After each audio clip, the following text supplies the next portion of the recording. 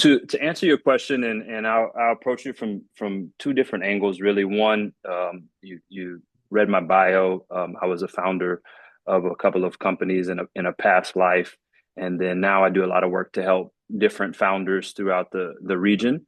Um, One of the things that I've seen a lot of early stage companies or startups, innovative companies, whatever you want to call them, some of the issues that they've run into when they try to deal with large corporations is really not putting themselves in the seats of that corporation, right? So they're thinking about it from their product. I've made a great product. We all have. Everybody out there in the world should be ready to buy my product and pay me, and this is all going to be great. But they never take the time to sit down and say, okay, well, yes, I built a product, but what am I really doing? And you're really there to solve a problem for these large corporations. Um, and there's a lot of dynamics within large corporations. Like we as startup guys and innovators, we typically have small teams. We're building fast.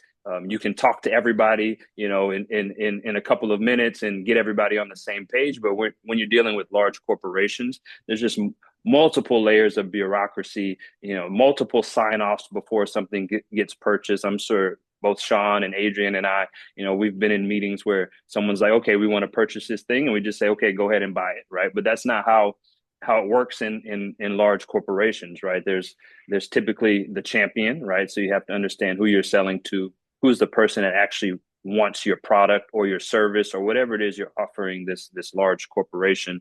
And then finding out is that actually the decision maker, right? Because you might have someone who actually wants to purchase or work with you, but they might not be the one who ultimately has the purse strings and says, okay, well, you can actually make this purchase or not. So I think a lot of times we get stuck in the mindset that we've created this great product and everybody should want to buy it, and not really think about the dynamics of these large corporations and who you're dealing with, and getting them to understand that it is a product that they want, and how do we go about orchestrating this and maneuvering through your organization to figure out how we actually get that thing purchased.